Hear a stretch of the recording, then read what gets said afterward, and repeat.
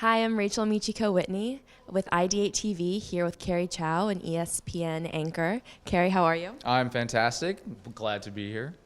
So tell us a little bit about how you first got to ESPN. Is it something that you always wanted to do growing up, or did the opportunity just kind of come up? It has been a dream of mine to cover sports, especially at ESPN. I didn't even have ESPN growing up, so I was kind of like, we didn't have cable. It was a very tough, difficult childhood, not having cable TV. Also didn't have a Nintendo. I don't know why I'm going into this. It was truly a dream of mine to work at ESPN, and my path took me to several local markets. I worked in Wyoming, Alabama, San Diego, and to get to ESPN, I actually, at one point, I quit my job to travel. And as I was traveling, I was blogging, and a guy at ESPN, an editor, saw my blog, he read it, and he's like, hey, I didn't know that you could write, I knew you could do TV, so then he invited me to do some freelance pieces, and then eventually that transitioned into a full-time job. Awesome. So do you have any sports figures that you look up to or that you always looked up to growing up? Michael Jordan was the man for me growing up.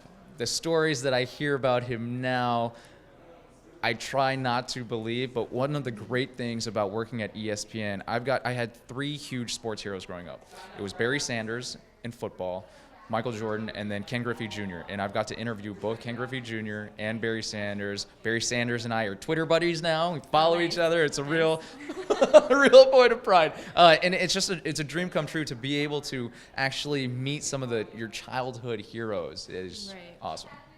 Can you talk a little bit about Asian American athletes? Maybe why there aren't as many athletes?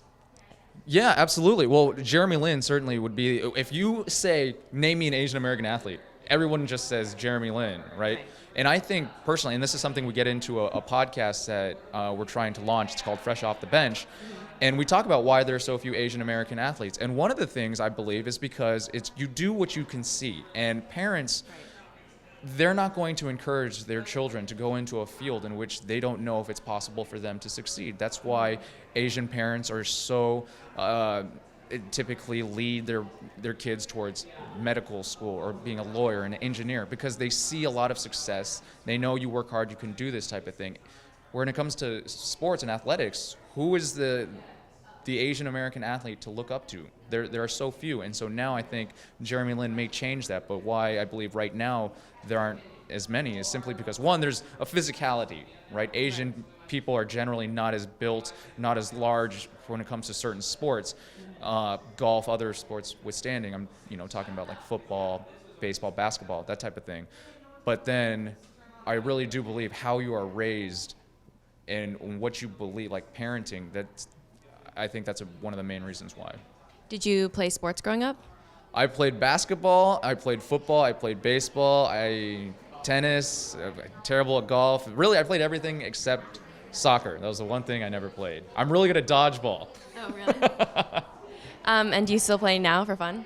No, dodgeball, I no longer play dodgeball, and it's really sad. I think my back is so lame and weak that I can't.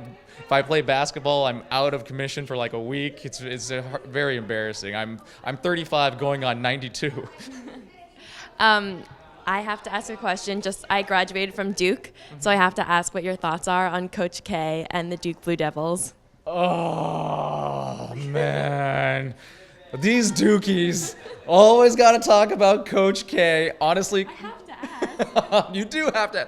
Coach K is incredible at what he does. He is truly one of the best college coaches in the game. And actually, he John Calipari, because everyone thinks of John Calipari as the guy who recruits the one and dones.